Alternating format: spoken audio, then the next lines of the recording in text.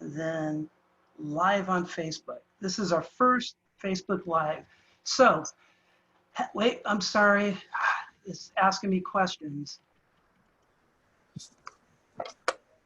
Definitely, I need to work on this. All righty. Well, hello, everybody. Welcome to Plano West Rotary Club. I am Alex Johnson. I am the president-elect for the club. John Costas is our club president, and he's not able to make it today. July 1st is my official day. We had an hour-and-a-half board meeting, so we've had a long morning. And what I want to let everybody know, we are recording this, and it's being Facebook Live to our Facebook account, and it's also going to be uploaded to our club YouTube account.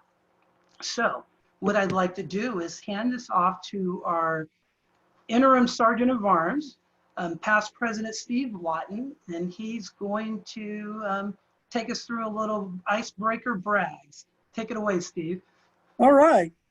So I'll be calling on a few of y'all here just to kind of give me a brag.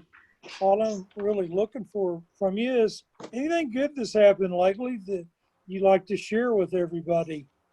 I'll start off. I'll brag about I had my whole family at the lake house over the weekend, and it's always good time to spend with your grandkids bonding. So next, Bianca, is there anything you want to talk about today? I have started making really cute cards for the fathers at the nursing home that we're going to be making gift baskets for them. So that's awesome. Very cool. Joy, do you want to talk about anything today? Can it be work related? Sure, it can be anything related.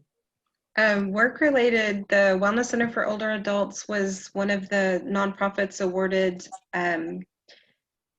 funding through the Colin Cares Act to give financial assistance to individuals that have been impacted by COVID. So that launched just this past week. So we cut our first checks yesterday for mortgage for a couple of people. So it's really exciting for us. That's awesome. That's great. Let's see. Hey, Vivi, do you want to do any bragging today?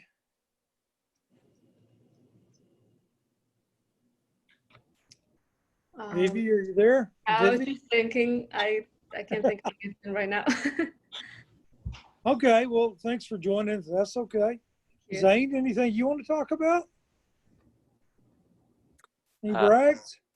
Yeah, I'm part of a group to visualize COVID-19. We're doing a lot of different projects, and we kind of relaunched our website yesterday. We made a lot of changes, like added a bunch of different functionalities, and yeah, pretty happy about that. How about Benton Sexy Shorts Paul? Do you got anything to brag about today? How did you know?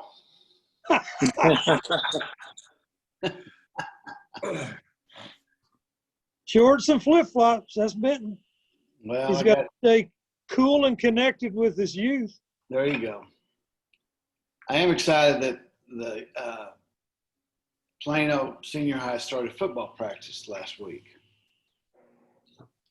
And a key person for us is the athletic director of each school, and the football coach is usually it. And I got to meet him last week, so a lot of good things going on.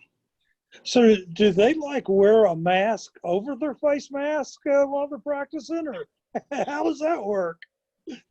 No, and you know, students are so good at social distancing, so it works really good. It's always amazed me. You could have a whole family sitting together and they're texting each other and sitting on the sofa together. How about our famous gardener, Clarence Gilmore? You got any bragging going on there for your garden, Clarence? Well, I'm just eating plenty of good vegetables, and we have some interesting birds in the backyard, some a number of owls, 5 owls, a family of owls, That's and neat, having owls in your yard. we have a family of herons. 5 herons, 3 of them are the baby herons. So it's interesting watching the birds. Always Clarence, nice what did you do watching birds. yesterday? Clarence, And- tell us what you did yesterday in your bathroom. Yeah, I had to- yeah, the recording has stopped. What did you do in your bathroom yesterday, Clarence? I wonder why. construction work. I had to put some new tiles in and work some new grout in. So, you know, one of these maintenance deals. I didn't care to have anybody coming in the house to do it. Well, you look like you're ready for a beach trip or something like that, Clarence. You dressed up right. Mr. Beeman Durfer, how's the Yes, sir. surveying? Have you surveyed anything interesting? Well, I went out yesterday like a young spring chicken, but I paid for it. I'm not getting involved for this, but I think our biggest blessing was we had my wife's side of the family had a family reunion this past weekend, and we had about, I guess, 35 people there. It was down in East Texas, and it was really nice. The weather cooperated. Everybody was glad to see each other, of course, and you know, it's kind of a hunting and fishing lodge, but they did a lot of improvements and everything, and the fishing was great, so everybody went away happy. I only fished one time, and that was to help one of the girls that was visiting catch a fish. I said, now get ready to take the fish from me. And luckily I caught one and I handed it to her, so that made my whole weekend. But no, family first. Catching fish is always a great hobby to do with kids. Can't wait for my grandsons to be old enough to be able to hold the rod themselves. All right, do you want to keep doing some brags, Mr. Alex, or are we good? Yeah, we've got till 12:15. Okay, well then we'll keep going. Who else wants to brag? I'm gonna just kind of leave it open and see if there's somebody with their hand raised up. Ooh, ooh, ooh, what do you got? I am so happy we have our first wedding since before COVID this Yeah. weekend. That has So- definitely put a damper on you. Just a little. And the brides too. I mean, they haven't Yes. been, it's amazing how many weddings have been postponed. Yeah, a lot of people doing it in their homes and backyards. Yeah, Lots. but way down on participants and the need for chairs and tables. Yeah, I mean, this one's 100 people this Will weekend. they allow 100 people gathering nowadays? Yeah. It depends on the awesome. venue. Yeah. Just pass the virus around. Who knows? Everybody needs to wear a mask. Who in the I know. bride and groom? Yep. No kissing at the altar. Let's see. Anybody else? No, I thought of something. All right. So I'm part of the marketing committee for a new movement in Rotaract. It's called Rotaract for Peace. And it's very new, but we're planning a virtual conference in August, and I'm going to be working with the website and all the social media. So I'm very excited about it. I'll share the website link on the chat if anyone wants to check it out. It's not ready yet, but we're going to start working on it very soon. Okay, great. Thanks for sharing. Anybody else want to brag? Yeah, I'll say I'm just excited to see so many visitors and potential members and almost members and everything else on our chat. So thank you guys. It's pretty awesome. Definitely. Good clapping there, Michelle. I could brag about the weather. Yeah. In my favorite movie, they both coincide. Some like it hot. So when you own an HVAC company, you really enjoy the summertime, don't you, Steve? It's my season. I agree. We like keeping people from getting hot and sweaty, helping them out. Let's see. Anybody else I can pick on for brags? Zane, have you bragged yet? Yeah. Okay, cool. I'm just kind of scrolling through my screen. I can give you Ike? another brag. I'll brag on Alex for always being so persistent to remind me about these meetings. Well, I tell you what, you're spot on that one. My friends know I'm persistent. I think everybody here knows how persistent you are. You guys are all my friends. Well, I can give you one more brag. A personal brag. Go My for it. daughter, she's 25 and she is at Army basic training at this very moment. And I'm super, super, super proud of her because she conquered the Warrior Tower on Saturday and she is deathly afraid of heights. So wow. that was huge for her. She said, I did it and it was actually kind of fun. So super Great. proud of her. Awesome. Super, super proud. That's cool. That is very cool. Anybody else want to brag? We got a couple more minutes left before it's time to roll. Gary, I see you out there. Gary, you're muted.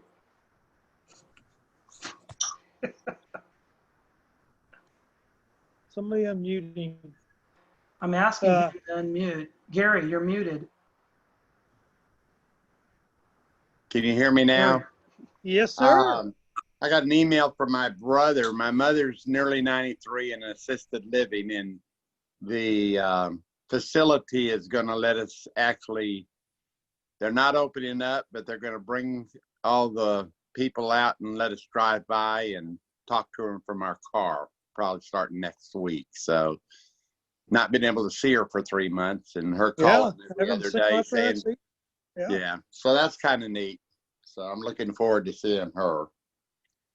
Yeah, my So parents are that's at the lake.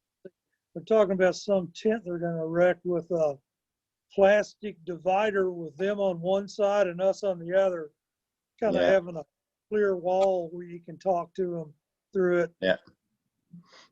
Times are definitely different. I know. It's COVID. just crazy. Yeah, and Yeah. looks like in Texas, at least there's a lot of hot spots where it's going up, not down. So who knows? Alex, it's close enough to 12:15. There we go. I'll give a brag on our club. We've just have so many members stepping up, volunteering. We have all these new members. We have 5 new prospective members. That's just going to be huge, inducting 5 people on July 7th. We've got a lot of great service projects planned out, great speakers. I'm really excited. So I just want to brag on this amazing club and the amazing members. And we have more to come, so it's very exciting. Well, hello everybody. You guys already heard. So who I am. What we're going to do now, I'm going to turn it over to Sir Benton. Oh, he changed his Zoom name, and he's going to lead us in prayer. Let's do it. Heavenly Father, thank you so much for today's meeting and the way our Rotary Club is able to serve so many people in the community. And whatever we're eating, we thank you for that. And we're be with Alex as he leads us for this next term. It's in Christ's name I pray. Amen. Amen. Thank you. And we have our other member, Mr. Ike Carlson. Can you lead us in the pledge? Yes, sir. And where's the flag? Wait, we got to make sure. Do we have the Thornton flag? Uh-oh. It's coming. Hang on. Okay. We can't do the pledge without a flag. That's just a minor technicality. There it is. Hey, we're people of action. Excellent. Take it away, Ike. Yes, sir. I pledge allegiance to the flag of the United States of America, And to the republic for which it stands, stands one nation under God, indivisible, with liberty and justice for all. Thank you. Excellent, everybody. Well, before we have, I'm really looking forward to hearing Mark because we got a lot going on in Plano. but we're going to go through a little club business just to cover. And we have our scholarship chair, Gary, and we just awarded the scholarships, notified all the students, and I'm going to let Gary tell us about everything that went on and who we awarded them to. Okay, I have my list here. We had 19 applicants that we interviewed by Zoom. It was quite an experience, but we got through it. The list of the kids that we get, and all of them, I mean, we could have gave out 19 scholarships. All these kids were really good, but it's very difficult picking. Here's a list of who we gave them to. They all had their letters sent out and told them what they had to do to get their money. Emmy Coburn, Plano Senior High,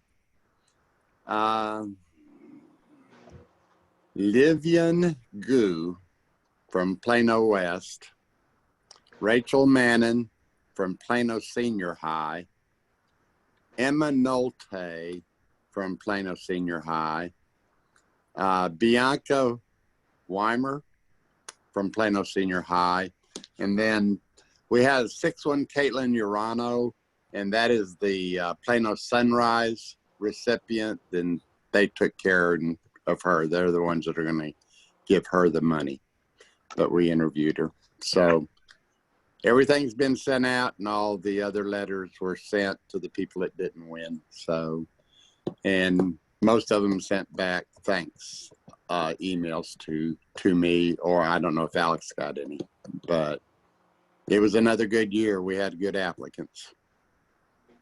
I can't, Alex, do you remember which ones were the RILA people? Well, we have one here, Wave Bianca. Bianca's she was our RILA recipient for Plano Senior High School at Interactor. Right. And she has just submitted an application to join our Rotary Club. And then we had Caitlin Urano. She was the Plano East Rilarian, and that's why Plano Sunrise Rotary agreed to sponsor her. And then Livian Gu was the Plano West Senior High School Rilarian. Right. And so we had 3 Rilarians. Yeah, which was real good. But another good year. Gone. Well, for those that don't know, maybe we should say how much they're getting here. I'm sorry. Each scholarship is for $2,000. And it's a reimbursement scholarship, meaning that they got a letter to this. They just have to send us, which is real easy to do if you go to any major college, $2,000 worth of expenses, and then we will reimburse either themselves or their parents or their school. So, yeah, it's nice to be able to give them $2,000 instead of what we used to give $1,000. So it's still awful expensive to go to college, you know. But every dollar helps, and I know they all appreciate it. Yeah. And I believe we'll have a couple of them that will receive the honor of the Brenda Taylor, who is a former member of our club. Is that right? Yes. Yeah. That will be Bianca and Livian as the Rilarians. Yeah. Well, Gary, thank you very much. Okay. For our veteran members who've been around a couple days, like Fred and Steve, and to the best of my knowledge, this is the first time we've ever awarded $10,000 in scholarships. Oh, yeah. Yeah. And by selecting, by Plano Sunrise helping us, that's 6 students. And I don't think we've ever, even when we did the $1,000, did we ever do 6 scholarships? No. We usually gave 3 at $1,000. So great job, Plano West Rotary. I mean, that's, we do a lot. We're a small club. We're not a fundraising club or a service club, but it really feels good because I could tell you, because I work with all Rotary clubs in Plano, we are the only Rotary club in Plano that does college scholarships that aren't associated with the Hendrick Foundation, which is a phenomenal organization, and I heavily, highly support them, but we're the only ones that non-Hendrick qualified students could apply for. And so for the future, so we guys know for next year, These are not need-based scholarships and they're not academic scholarships. They are community service and leadership. And we prioritize those with Rotary community experience. That's why the Rilarians, that's all us interactors. So as you know, students are going to be seniors. Tell them to build that Rotary resume, volunteer with our Rotary Club, because that's what we're looking for, community service leaders. So thank you, Gary. Let me move on. Well, we have, talking about service, we have a service project that's coming to a close. Our Father's Day Goodies service project. We have just had a phenomenal participation. Everybody click on that link and sign up Genius. I think there's probably 15, 20 people that have signed up to bring items. So Friday, 3 o'clock is the deadline to drop them off at Greek Isles. And they have piles of stuff, I've been told. I mean, lots. One of our members has a Walmart hookup, Lisa. That got us a lot of potato chips. So we got a lot of hookups. And just for those that don't know, my mom's in a nursing home, Victoria Gardens of Frisco. It's right next to 121. And there's 20 fathers there. And anybody that has any family member in a facility, they've been on lockdown since February. And no volunteers, no visitors, and they're room quarantined. And so we've got these 20 fathers that are going to spend Father's Day alone and lonely, barely being able to hear from their family members, especially if their family members are out of town, which happens a lot. And so I was just kind of led to, let's do this. And so first it was the Goody Bags, which we are overachieving on creating goodie bags for these 20 fathers, from slippers, potato chips, games, chapstick. What else is on that list? Candy. And so I'm going to pick it all up on 3 o'clock from Greek Isles, and then I'm driving it straight to the nursing home. They have to put everything in quarantine for 24 hours. So then Friday evening, they're going to wash everything down, and they purchase these special goodie bag containers. They're just really cool. And then they're going to shove everything in there. And then on Father's Day, which is the following Sunday, that's when they're going to give them to the fathers, which is going to be really exciting because these guys have been in quarantine, room quarantine, since February. Well, we also have another service project, and at the bare minimum, it's going to be my family. What we're doing, they told me about, they had some Boy Scouts groups that would, Girl Scout groups, they would come and they would play tic-tac-toe on the window frames.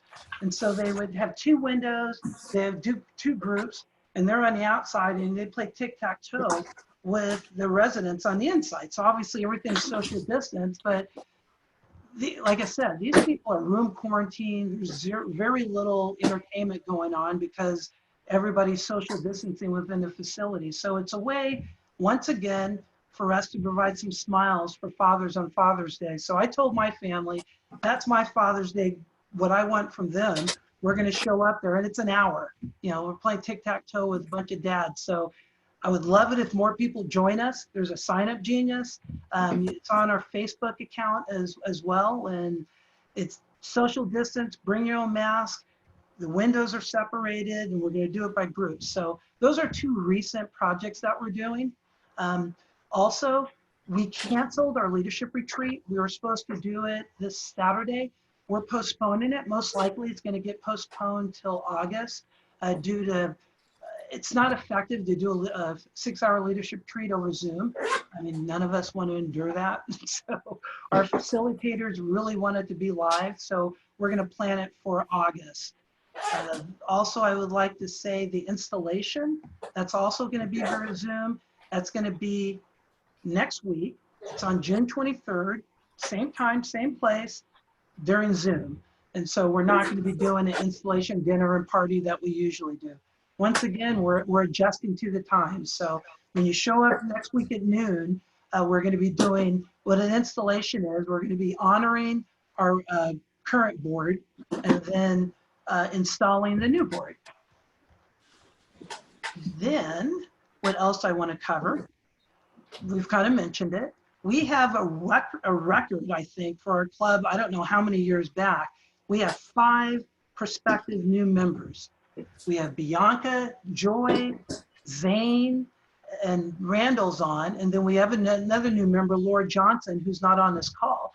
But they all are now going through our membership review.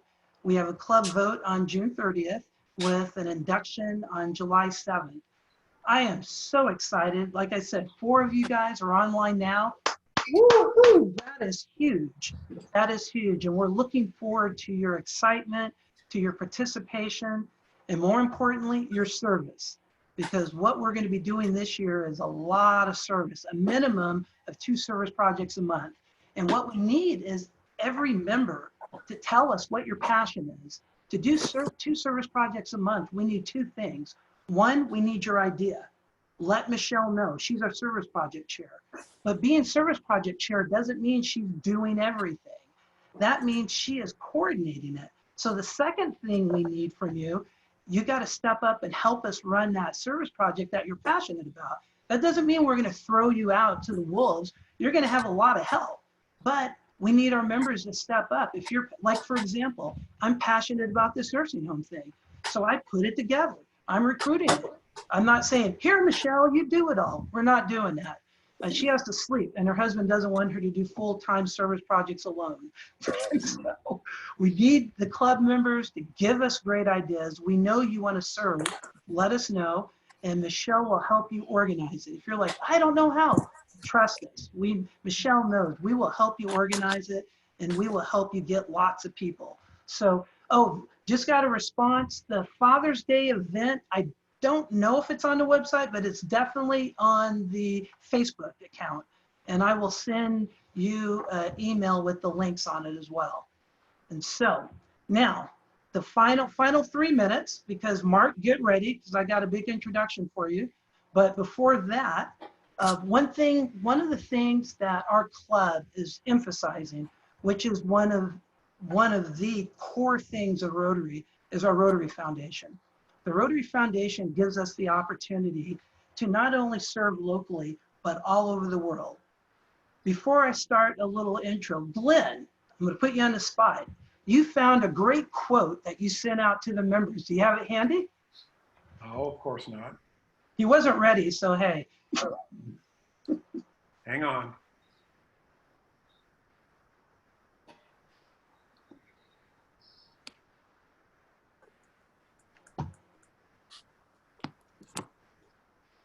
I think all the members got it. And I actually— Here it is. Here we go. Did you know that our foundation, Rotary Foundation, funded more than 1,400 global grants totaling over $86 million last year? That's one. The other, since, as you know, one of our focuses over the last several years has been to eradicate polio. We're down to 2 countries. Did you know that together with our partners, we've immunized more than 2.5 billion children against polio since 1988? That's a lot of immunizations. And that's what we do. Our club is always involved with the Rotary Foundation.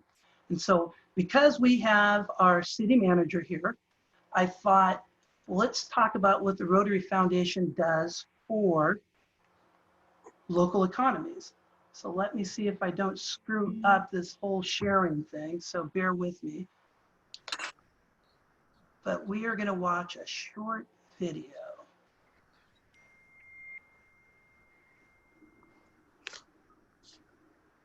You guys see it? Yep. Awesome. So far, so good. Now let's do this next part.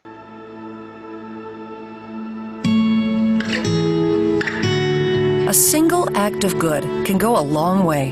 It can cross oceans and foster opportunity.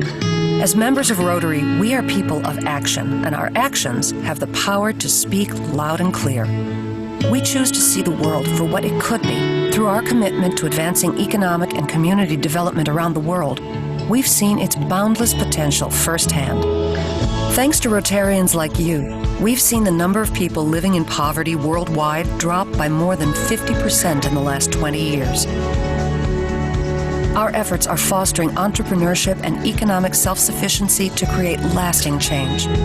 We're altering outlooks and feeding communities in need and giving families a viable path out of poverty. With vocational training, mentorship, and access to well-paying jobs.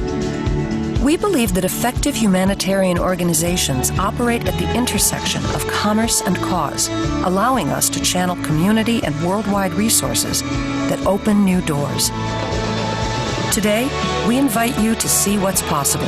Every gift is an action that speaks volumes. When we take action, we change the world. Learn how you can support the cause that means the most to you.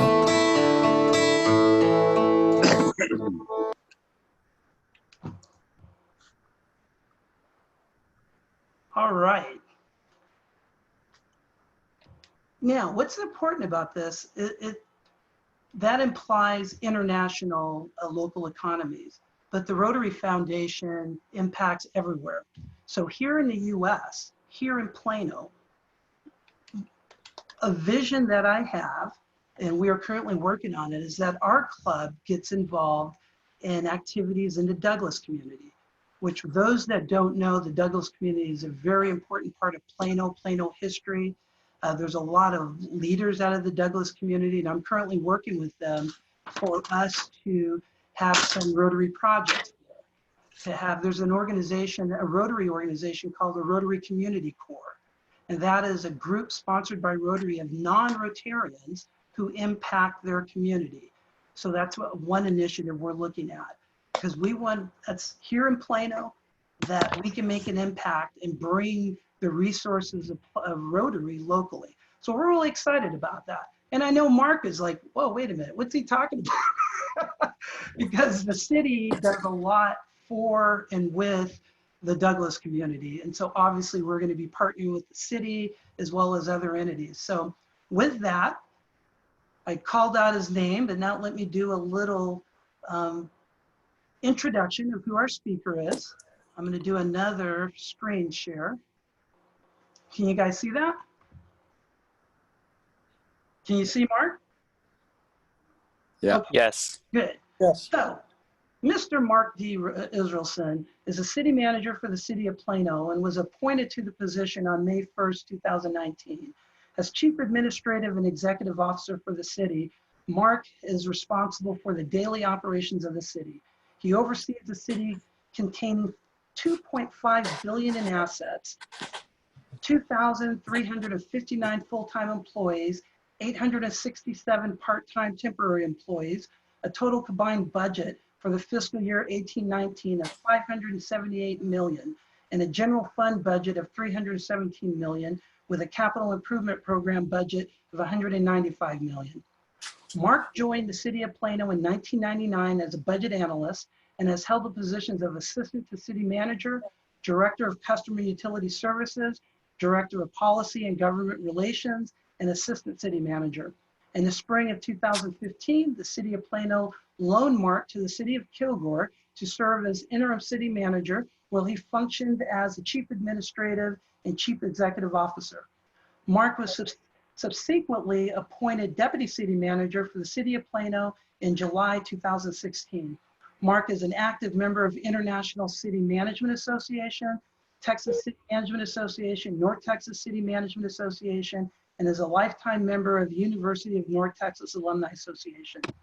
He is a graduate of the City Management Preparation Program Class 2003, Leadership ICMA Class of 2007, Leadership Plano Class 22, and Leadership North Texas Class 5. Mark was recognized as one of the 21 leaders for the 21st century by Collin County Business Press and was recipient of the 2009 Joy Sanson Mentor Award and the 2014 Outstanding Alumnus for the University of North Texas Public Administration Program.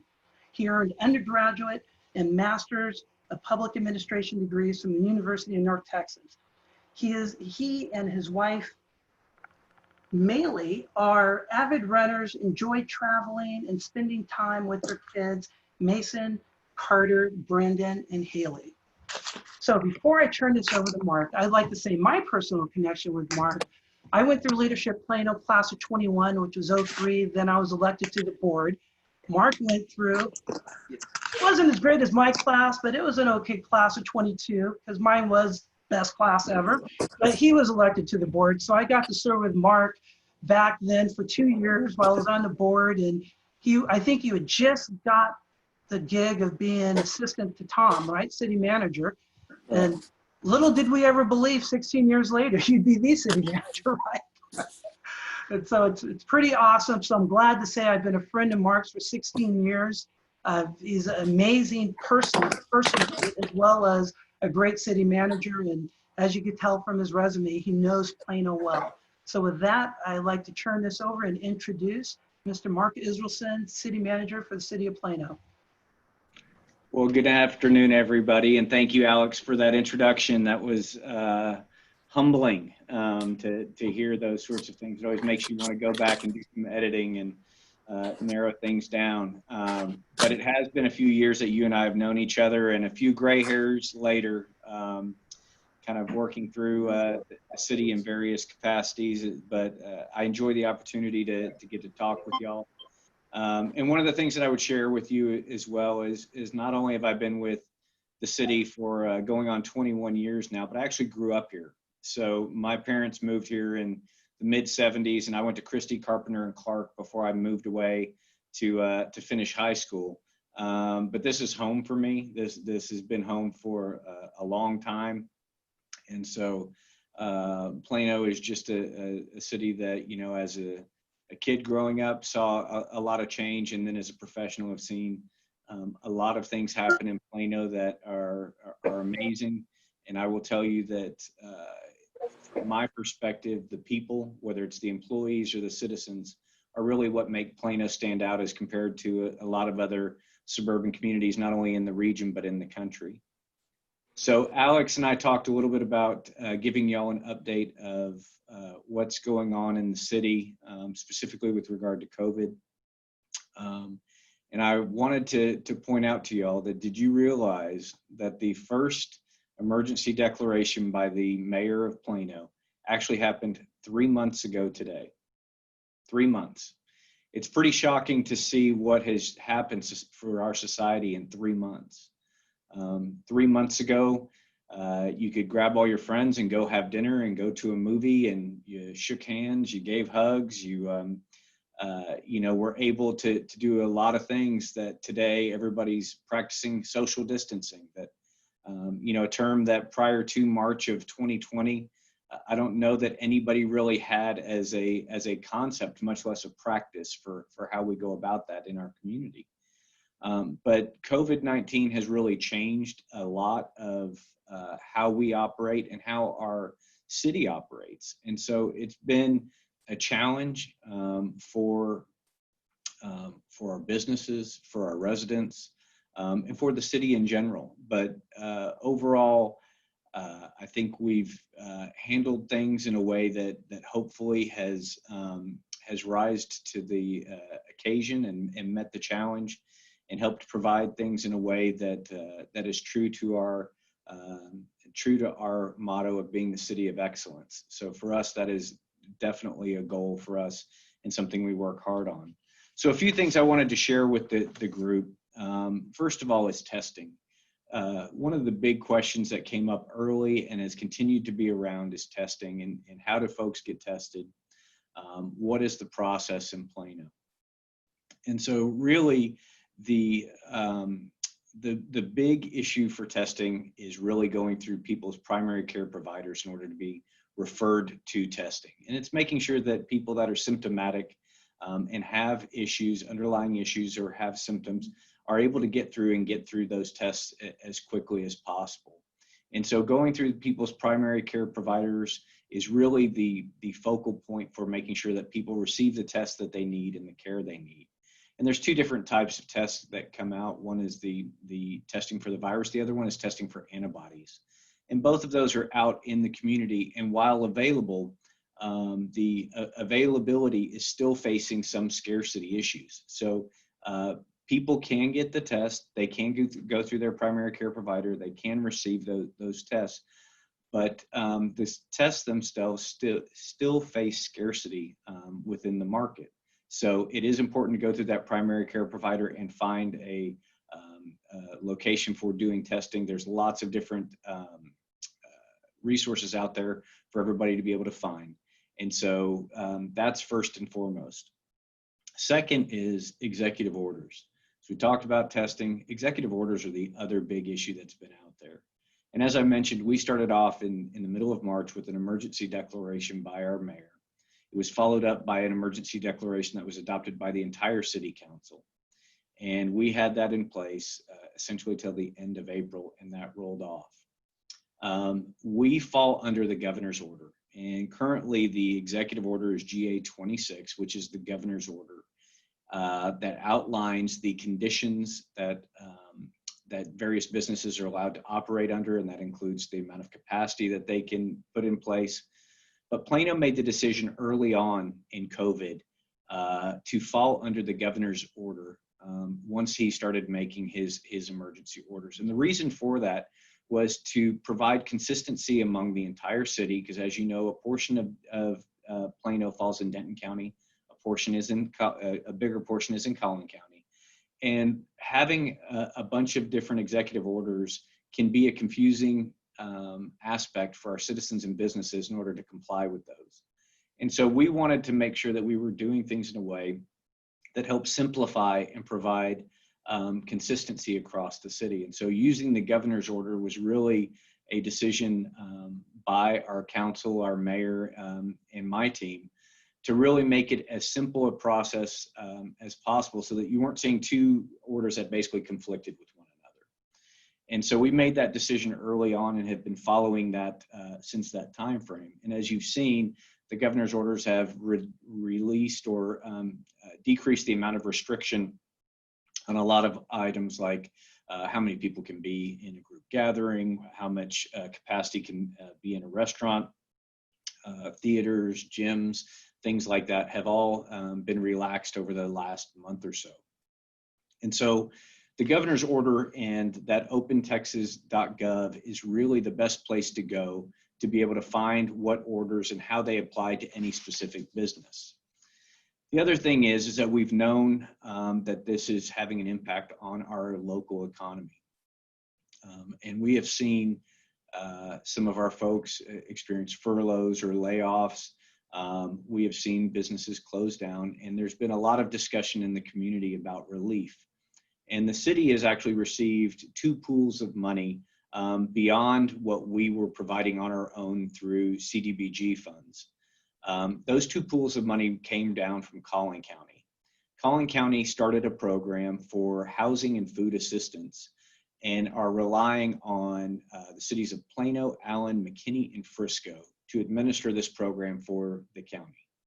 And so they set aside money on a per capita basis and asked these 4 cities to administer the program countywide. So we're actually doing this for all the cities and all the unincorporated areas of Collin County to provide food assistance and housing assistance for some of our residents. And I think we heard Joy mention earlier that they're one of the recipients that's helping us process that funding.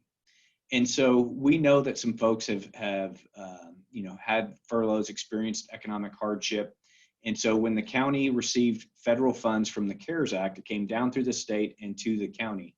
The county reached out and said, we would like to partner on this. And so the cities got together and developed a quality program to be able to administer this as quickly as possible. And I was really happy to hear Joy talk about checks being cut, because we know that the timeliness of relief is really critical to those folks in need right now. And so the funds have come down from the county. They have been received by the city. We have put in process applications that are out there on Zoom grants for folks to be able to apply and provide the necessary records to be able to receive that funding. But that's critically important, and we want to make sure that those funds get out and get into the hands of folks that need them as quickly as possible. The second part of the CARES funding that has been approved is direct funding, direct cost funding that the county passed down to the city of Plano. And the total for the city was just over $16 million. And so that money came down to the city to help reimburse the city for its costs that we've had for labor and materials and things like laptops and things like that we've needed in order to be able to adapt to the new environment that we're working in and providing services in. But with that came the opportunity for the city to create a little bit different program as well. We know that our small businesses have been affected by COVID-19. And so the city set aside $5 million to provide small business grants to those businesses that are under 100 people, under 100 employees. And so we've set aside $5 million for that. And those applications went live today on Zoom grants as well. And so we're looking to make sure that we can provide some assistance to our small businesses, again, in a timely manner. We know that those businesses need assistance, they need relief, they need it as soon as they possibly can. And so we are putting that out there as well. So people that need housing or food assistance, Zoom grants, looking for the CARES funding for the city of Plano. Small businesses needing assistance, again, Zoom grants, looking for that CARES funding from the city of Plano.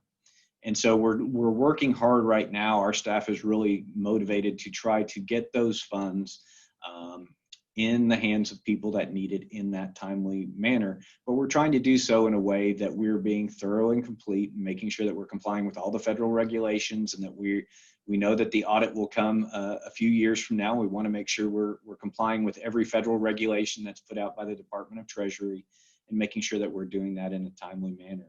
So those are a couple of the assistance programs that are out there. The other thing that I wanted to mention is our facilities. One of the first things that we did, and it happened right before we had that emergency declaration, was we closed down our libraries and our recreation centers in order to prevent that social contact that we've had in the city. So we know that that was impactful to the quality of life. Plano takes a great deal of pride in our parks and our recreation centers and our libraries. But in order to make sure we were practicing appropriate social distancing, that became necessary at that time. In early May, we started back with opening our libraries for what we're calling porch side service. So it's not necessarily drive-through, but we actually are delivering books to the porch for pickup for our patrons, and making sure that they have that ability to receive their books. And since that time, we've actually added in some reservation time for people to be able to use the computers. So some of those public access computers that we have in our libraries are critical to some of our citizens. And we have since early May added that back in as well to allow people to make reservations and come in and use that. Our recreation centers, we have opened those as well. And so those are a limited basis as well. And we did announce, originally we had said that our indoor pools would be open, but our exterior pools would be closed. We have had the chance to relook at a few things, and we have made the decision to open Jack Carter Pool. It will be the only one, the only exterior pool that we're opening, and we're doing it on a reservation system as well for 3-hour windows, 3-hour sessions during the day, and in between we'll be able to clean. But we are opening Jack Carter Pool the last week in June. So we know our citizens value the park system we have, and when everything was kind of at a slower aspect and it was kind of maximum closure, we saw a ton of people at our parks. We put out some of our staff to make sure we were monitoring and making sure people were social distancing. But we just heard great feedback from our citizens about how much they appreciated us keeping the parks open, and how great they were and how much they appreciated it. And then the last thing I will share, I know our community needs a moment to celebrate things that are traditional and things that are important for our community and our country. So the city did make the decision to move forward with our 4th of July fireworks. We will not be having the parade. We will not be having kind of the normal celebration type things, but we are going to have fireworks. But we moved them to Moore Farms, which is close to Oak Point Nature Preserve near the Plano Event Center and Collin College. But we actually moved it to Moore Farms because it starts off at 150 feet higher than we normally launch those at. And then we actually purchased shelves that would actually explode a little bit higher than even what we had before. So we're hoping that the addition of the increased height to start with, plus the additional altitude of the fireworks, will allow more people to be able to see these from home or see them from further distance, so we can practice social distancing and being able to do that. But we know what that means to our community, and having that chance on the 4th of July to celebrate our independence was something that was very important to our council, to our community, and so we're happy to be able to have that. The last thing I wanted to share with you, I'm going to share my screen real quick. We have a great resource. I'll just share it with you verbally. If you go to plano.gov and then put in coronavirus, the city actually tracks our number of active cases on a daily basis. We've been doing a great deal of tracking of that information, and I wanted to point that resource out to you, that if you're ever looking for current resources, data, everything else, the City of Plano website tracks all that information. We make that available for everybody there. I gave you a host ability, Mark, if you want to share it. Let's try it one more time. Oh, there it is. There we go. Here we go. So hope y'all can see that. So one of the things that people are always asking is, how many cases do we have, and how many people have recovered? And so this is actually on the city website.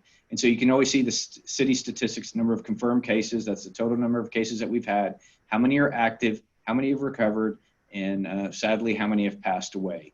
You can see those by zip code. You can see all sorts of information. Underneath this, we actually have the same thing from the county. So showing what Denton County, what Collin County have, their number of cases, and then we have some state information in there. But even beyond that, if you come back out to this original page, you have the cases of COVID, you have help, current orders, protocols, city facility closures, FAQs, press releases, all that information in one place, so that if you need anything regarding COVID, or if you have any questions, we actually have a hotline that we've been staffing with our employees to make sure that we can answer questions on a real-time basis for anybody that has them. So with that, I'm going to stop sharing, and I wanted to reserve a few minutes to answer any questions. It's kind of a high-level overview, but I know that y'all are sticklers for time, and I want to make sure that I have at least a few minutes for questions. Let me unmute everybody. Or you guys unmute yourself if you want to talk. Mark, I'd like to hear your read on asphalt streets in Plano. Well, we are actually progressing with an asphalt overlay in a number of places. So we put it in front of Plano Senior High School. Yes. And we actually did a test where we had one area that had just the concrete, and then one area that we did the concrete repair, but then we put in, it's a 2-inch overlay. It's not thick. It's not an asphalt street. It's just a 2-inch overlay. But what it does is it seals the concrete really well and keeps water out of there, which actually damages the subsurface. And it is everybody's favorite stretch of road in Plano. I mean, I know people that aim for it everywhere. And so we're expanding that program. So those of you that live along Coit Road from Parker to 121, you notice we're doing a lot of concrete repair there.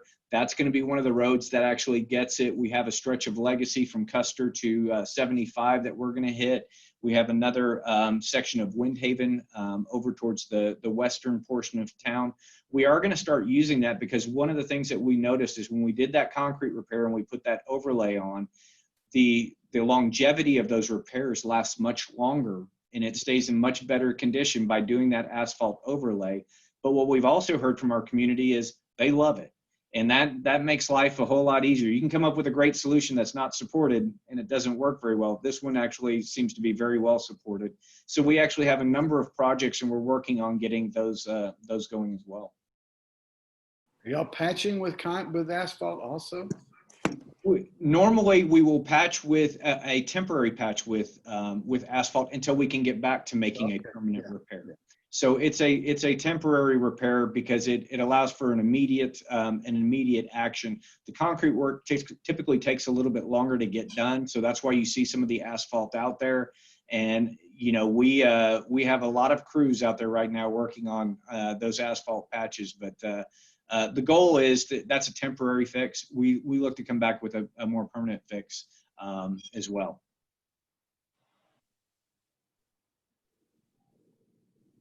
So I have a question. I'm in the event business. So I mentioned earlier in the call that I'm in the wedding and special event business. If the numbers start to go back up, is there a possibility we're going to have to stop having events again? You know, that's a great question, and I think it's unknown at this point. You know, I think the social distancing and people taking appropriate precautions is absolutely critical right now, but we just don't know. This is a global pandemic that, frankly, our generation and has never experienced. And so this is new to us, and we don't know what actions will be necessary in the future at this point. But I mentioned that we're following the governor's order, and that's really kind of critical for us. So a lot of that determination will be made in Austin by Governor Abbott. So it's going to be, it'll be made by him. And so do the cities have any kind of ability to control it, or? The cities have the ability to enact some of their own measures, but I think through this process, we've found that, and that's where you saw some cities providing additional orders beyond the state order. But at this point, Plano's made the decision to stick with what the governor is doing at this point. But as conditions change, you know, we're in charge with making sure our community is safe, and that's critically important. But so far, we've found that that adhering to the governor's order has provided us with that level of safety that's been acceptable within our community.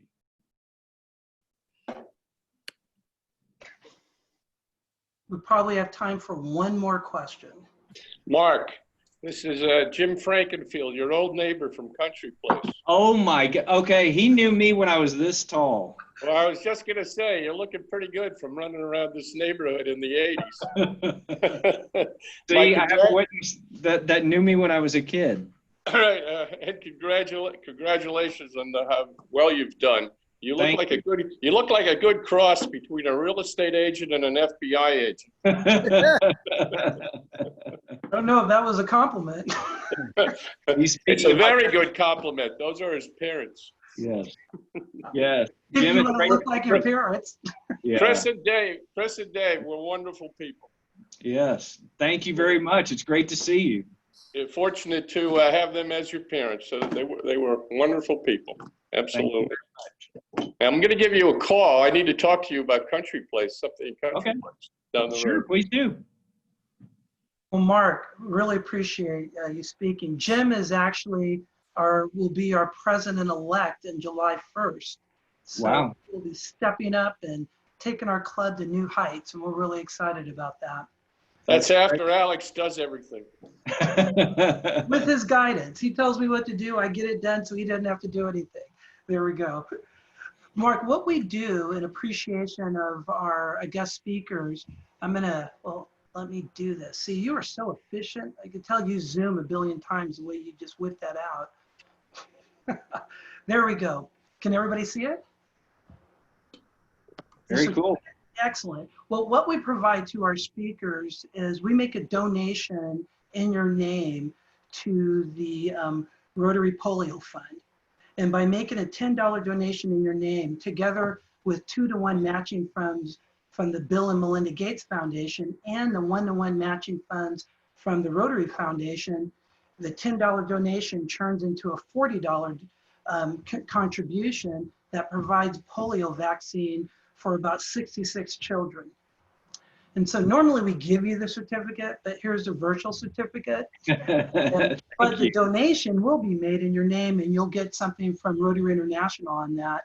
And from a polio perspective, there's only 2 remaining countries that have polio virus, and the cases that have been reduced at 99.9% since '88, like Glenn had talked about. And that's one of the many things that our Rotary Foundation does. So we thank you for speaking today, and we're very pleased to be able to make this donation in your name. Well, I appreciate it very much, Alex, and thank y'all for your time. I'm going to head off to go have a budget meeting with our police department, but thank y'all for having me, and Jim, look forward to talking to you soon. Thanks, Mark. Excellent. Thank you, Mark. Well, to close it out, before we finalize with the four-way test, I want to remind everybody, sign up for the a window game service project. More of us, it's an hour of your time on Father's Day. I don't know how many people have super busy plans. We usually don't. So we're going to go out there, put some smiles on 20 dads, and then go back and do what we're going to do. And then also you can find the link on our Facebook page for dated June 21st. It's called Father's Day Window Games. And then next week we have our installation of honoring our current board and installing our new board, same time, same place at noon. So to end our meeting, I am going to turn this over to Lisa, and she's going to lead us in reciting the four-way test. Of the things we think, say, or do, first, is it the truth? Second, is it fair to all concerned? Third, will it build goodwill and better friendships? And fourth, will it be beneficial to all concerned? Rotary! Rotary. See if I could turn this thing off. All right, everybody. Thank you very much. Everybody's muted, so we can't hear you, but bye. Thank you for attending. Hi, everyone. Thanks, Alex. Thank you. Have Thanks, a Alex. week. Thank you. Thank you. Have a good week.